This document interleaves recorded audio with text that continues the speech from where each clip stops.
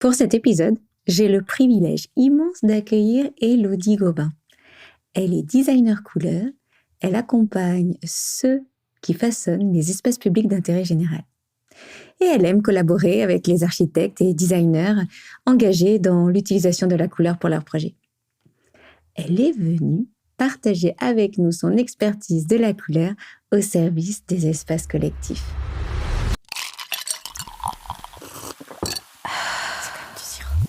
Imaginer, inventer, réaliser. Effectivement, c'est effectif. C'est de l'art ? Du coup, Non, c'est du design. et toi, c'est comme du sirop. C'est de l'art et du design ? Plutôt des Non, c'est du sirop. des rêves et imaginer. Ah, alors c'est comme du sirop. C'est comme du sirop, le podcast du créateur d'idées qui te parle design et communication.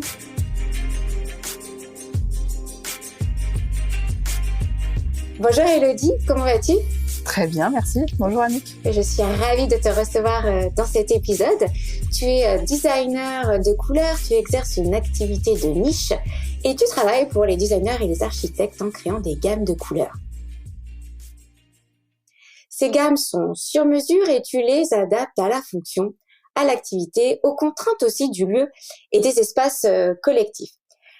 Alors moi, j'aimerais qu'on rentre tout de suite dans le vif du sujet, dans le sujet de la couleur, l'impact de la couleur sur nous, sur nos comportements, comment on gère la couleur dans un espace public. Mais avant ça, il y a quelque chose qui m'a interpellée parce que je suis allée faire ma curieuse sur ton site et ça m'a bien fait rire. Je te cite. Coloriste, c'est un métier? C'est un truc de coiffeur, non? Designer couleur, je savais même pas que ça existait. Mais tu gagnes ta vie avec ça?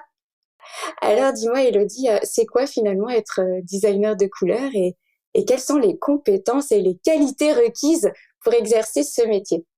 Alors, le métier de designer couleur, c'est un métier, comme tu l'as dit, de niche, une spécialisation des métiers du design. Pour rappeler ce que c'est le design, on pourrait dire que de manière extrêmement raccourcie, c'est l'architecture à l'échelle des objets. Donc c'est une manière de concevoir, mais à une échelle plus petite et plus resserrée. Et le design, aujourd'hui, ça s'est beaucoup démocratisé comme une méthode de conception qui touche des politiques publiques jusqu'au design d'interaction sur des supports numériques, par exemple.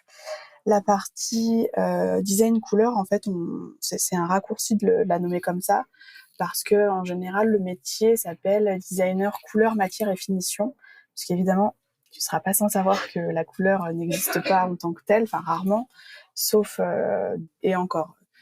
On pourrait juste en faire un petit raccourci dans les supports numériques. On a une forme assez essentialiste de la couleur parce que la seule interprétation qu'on a de son expression sont les écrans, les différents types d'écrans, mais dans la majeure partie des autres cas, la couleur est matérielle et donc portée par une matière. Donc on ne conçoit pas juste la couleur, on conçoit une couleur pour une matière avec une certaine finition.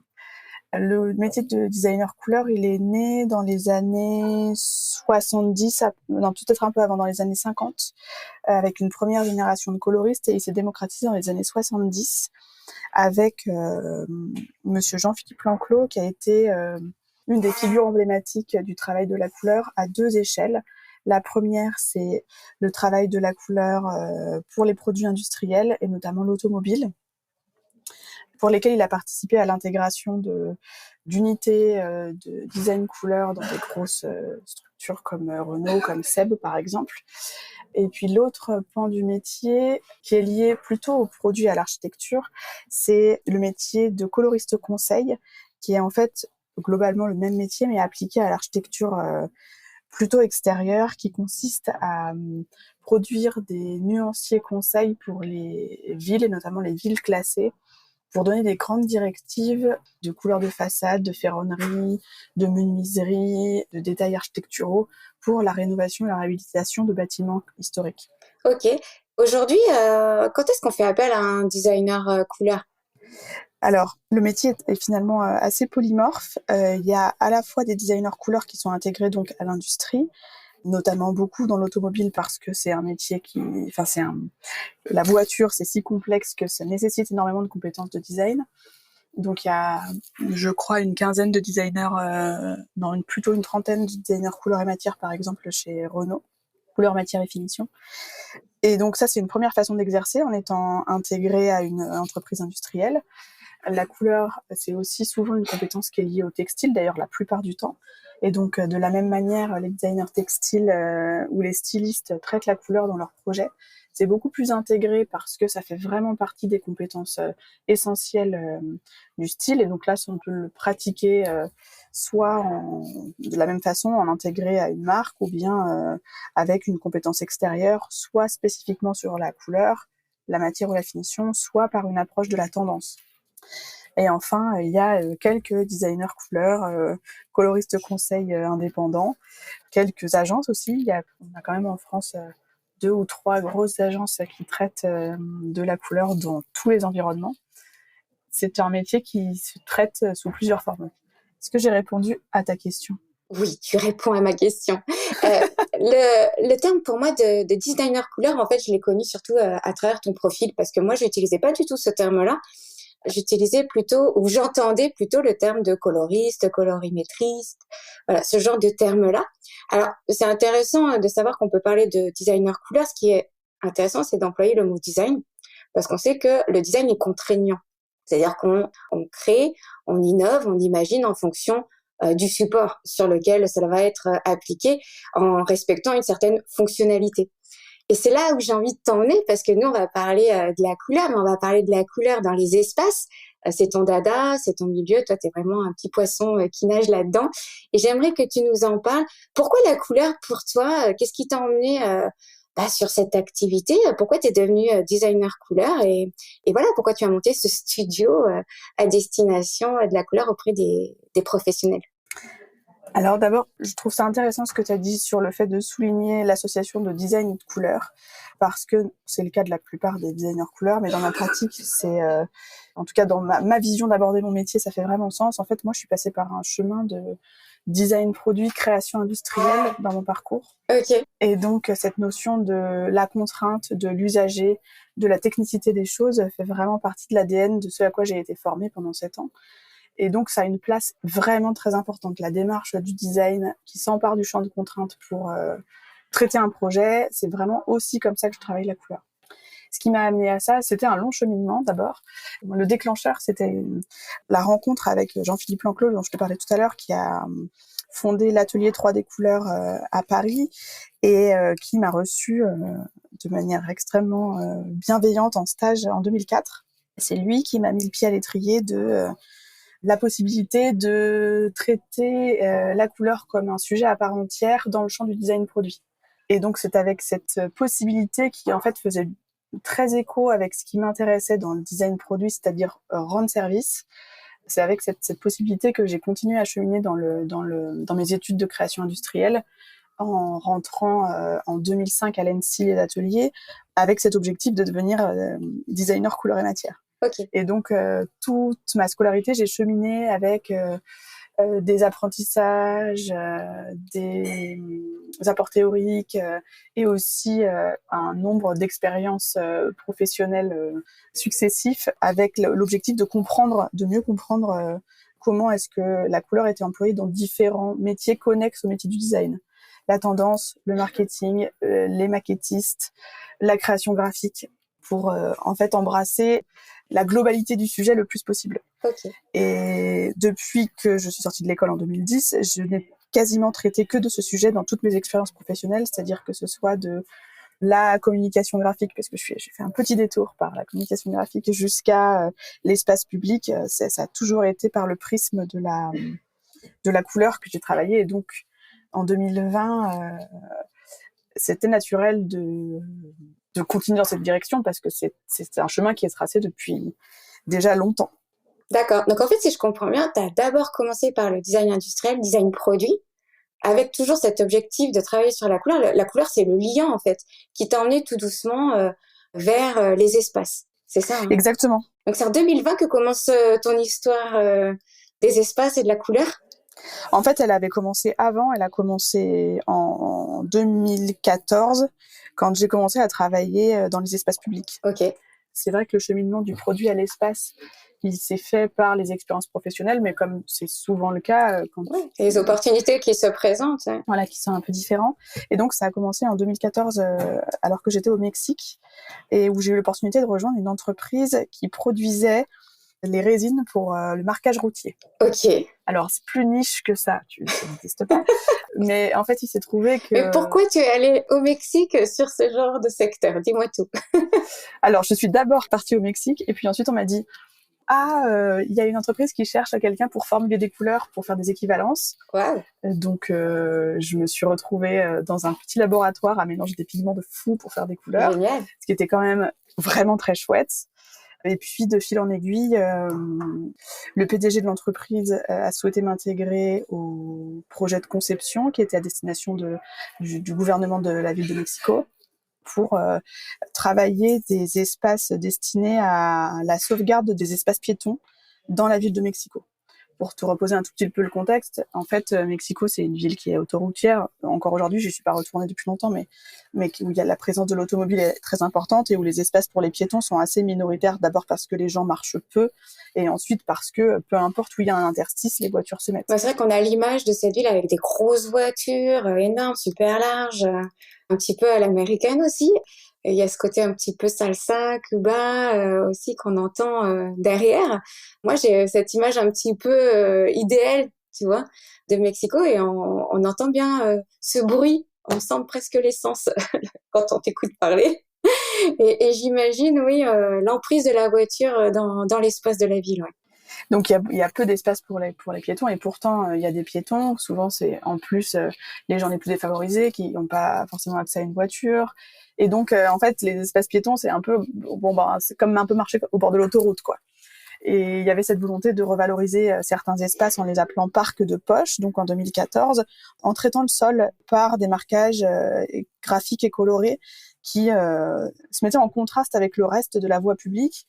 Et il y a quand même une forme de respect pour l'autre et pour la différenciation des espaces. Et donc, c'était un moyen pour eux d'essayer de refaire venir des commerces ambulants, en tout cas de leur donner un espace et de recréer des micro-vies de quartier comme ça, avec ces espaces-là. Et donc, il y a eu un projet sur lequel j'ai travaillé de A à Z pour un de ces parcs de poche dans un quartier assez défavorisé de la ville de Mexico où il y avait un square pour les enfants mais qui n'avait pas été complètement terminé parce qu'il y avait des grands cercles sur lesquels ils avaient prévu de jouer aux billes et puis en fait ça marchait pas et puis ils n'avaient pas la bonne peinture et donc il m'a été demandé de travailler sur l'investissement de ces cercles. Oui, c'est intéressant ce que tu dis parce que tu dis ils n'avaient pas la bonne peinture. Est-ce que tu peux détailler un peu parce que du coup tu abordes un peu le sujet et il y avait des cercles et ils n'avaient pas la bonne peinture. Pourquoi pour toi n'était pas bonne cette peinture? Alors c'est parce que dans l'espace public il y a deux types de peintures possibles aujourd'hui qui offrent une faible possibilité de pigment. D'accord. Enfin, qui a peu de choix de couleurs. Et en plus, qui a une durabilité et une fragilité au soleil qui est plus importante. Je disais qu'ils n'avaient pas choisi la bonne peinture, c'est plutôt que la peinture qu'ils avaient choisie n'était pas compatible avec celle que nous, on utilisait. D'accord. Et donc, ça a été un chantier pour retraiter cette zone. C'était plus par rapport à la technicité du produit que par rapport au choix de la couleur qui a été défini. Ok. Après, le choix de la couleur, il avait été choisi par les possibilités de cette peinture, justement, où globalement, comme dans la 99,99% des couleurs dans l'espace public, on reste sur du jaune, bleu, rouge, vert, blanc. Et c'est normal, c'est ce qu'on utilise. Et donc, l'idée de ce parc, c'était d'abord, j'ai travaillé avec une pédagogue parce que le parc était à côté d'une école et on voulait que le parc soit le prolongement de la cour de récréation et que ce soit un espace extérieur où les enfants puissent continuer d'apprendre aussi, donc une extension de l'école. Et on a réfléchi aussi, ce qui était important, c'est qu'il n'y ait pas besoin de mode d'emploi. L'espace public, ça impose de pouvoir avoir une appropriation immédiate de la part des enfants. Et donc, il fallait, moi, m'acculturer à quels sont les jeux traditionnels pratiqués dans la cour de récréation au Mexique. Donc, c'est aussi pour ça qu'on a créé cette collaboration.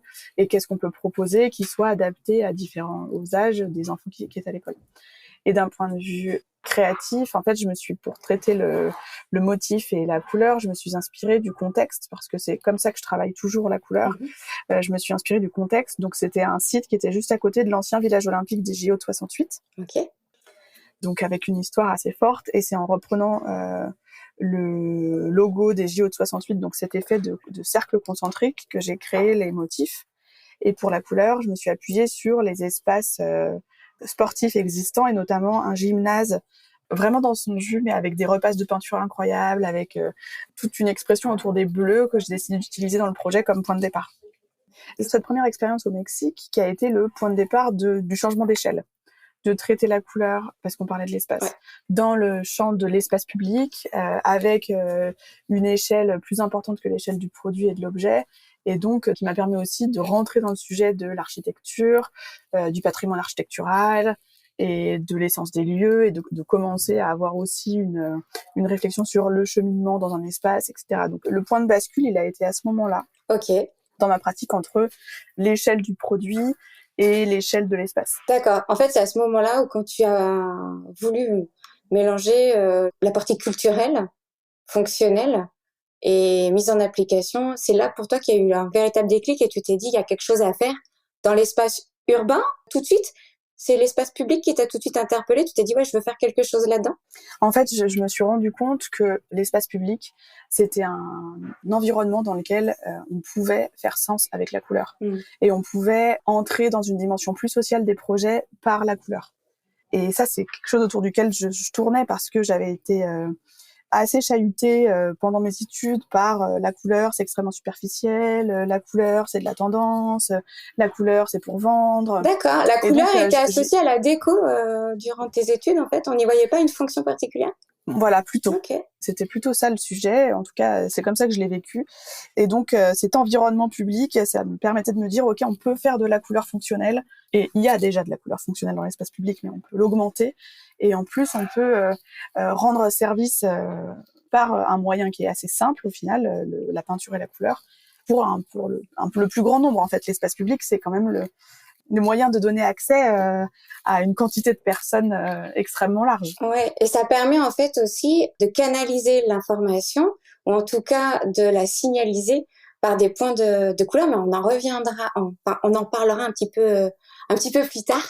Pour moi, je vois qu'il y a donc ce point de bascule qui se fait pour toi au Mexique, à Mexico. Là, il y a une petite révélation où tu dis, bon, je vais pouvoir mettre en application ce que j'avais dans mon intuitif, c'est-à-dire faire de la couleur véritablement un outil pour la communication visuelle dans les espaces publics et urbains, puisque du coup, à partir du moment où la couleur prend sa fonction de guide, on peut vraiment l'utiliser comme outil et support de communication au sens large du terme, puisque ça devient un point de partage.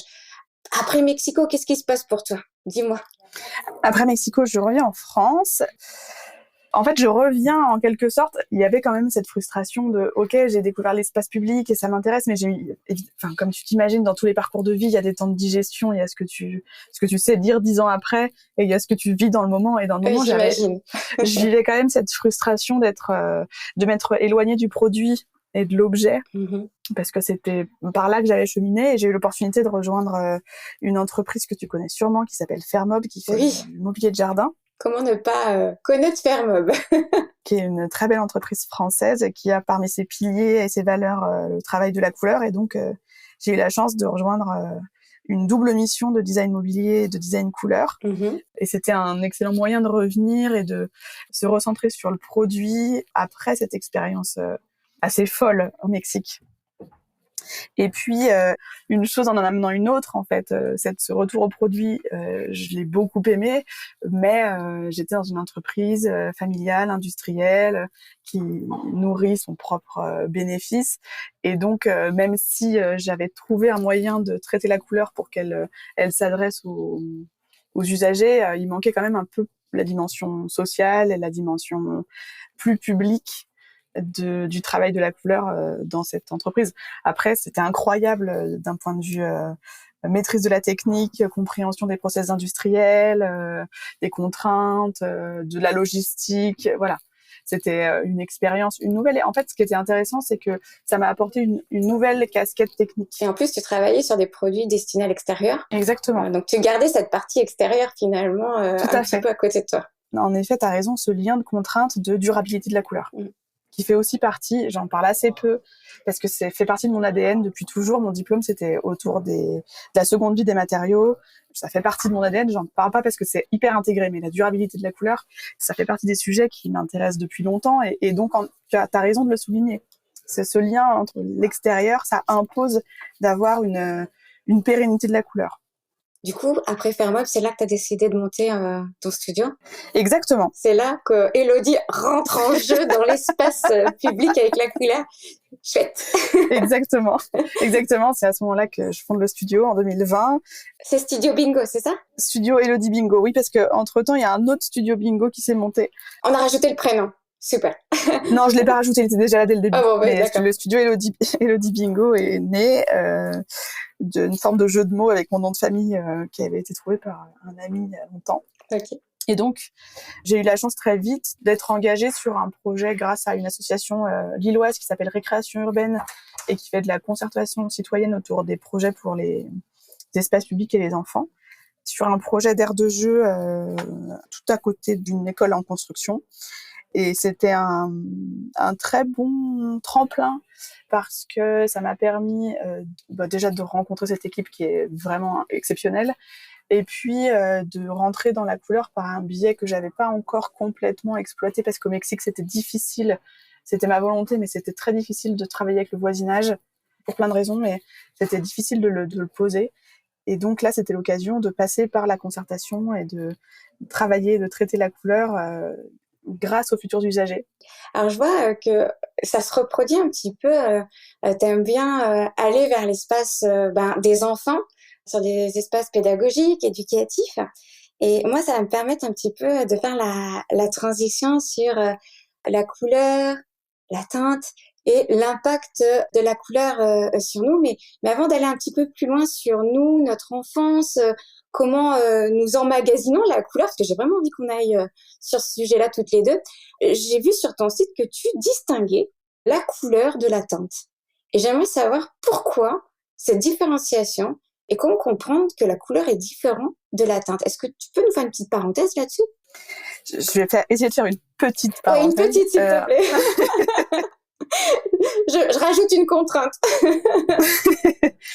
En parallèle de la création du studio, j'ai postulé pour donner des cours de couleur dans une école de design à Lille qui s'ouvrait avec une super équipe pédagogique. Et donc, ça a posé la question de la vulgarisation de la couleur, de comment est-ce qu'on l'enseigne, de comment est-ce qu'on simplifie aussi sa compréhension pour que ça devienne accessible à des étudiants qui arrivent en première année, qui n'ont très peu, pour certains quelques-unes, mais qui ont globalement peu de connaissances sur le sujet.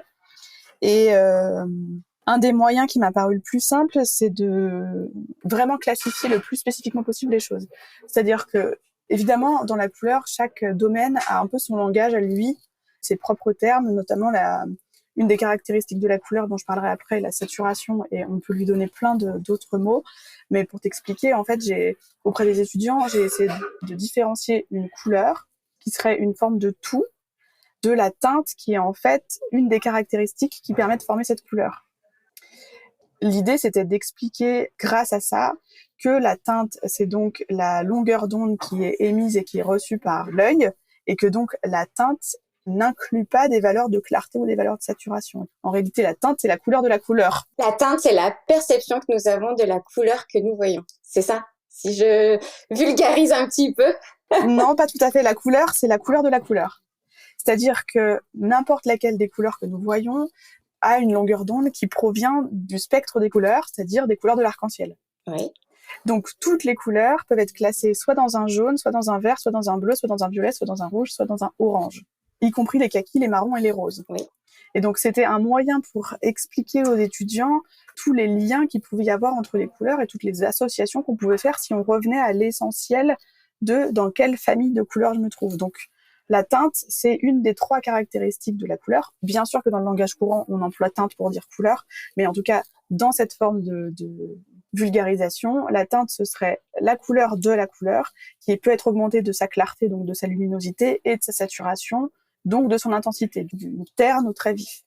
Alors, c'est une distinction assez personnelle. Très fine. Et très fine, mais super intéressant. Et du coup, en mots simples, pour que les auditeurs qui nous écoutent comprennent un petit peu mieux, J'aimerais qu'on puisse bien définir le plus simple possible pour que tout le monde comprenne ce qu'est une couleur et ce qu'est une teinte.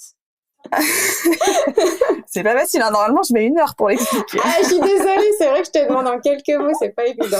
Non, et sans visuel, c'est pas facile, mais la couleur, c'est le global, c'est donc ce qu'on voit, ce qu'on perçoit. La teinte, c'est une des caractéristiques qu'on pourrait décrypter d'une couleur.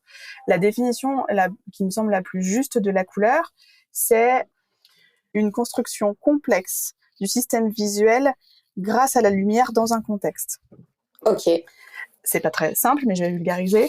En fait, la couleur n'existe que s'il y a de la lumière, s'il y a un système de captation qui est l'œil, et un système de traduction qui est le cerveau, et qui va être influencé par le contexte. Merci Elodie. Là, on comprend tout. C'est parfait. Ok, je m'arrête là. C'est super, c'est exactement là où je voulais t'emmener. Génial. Merci infiniment.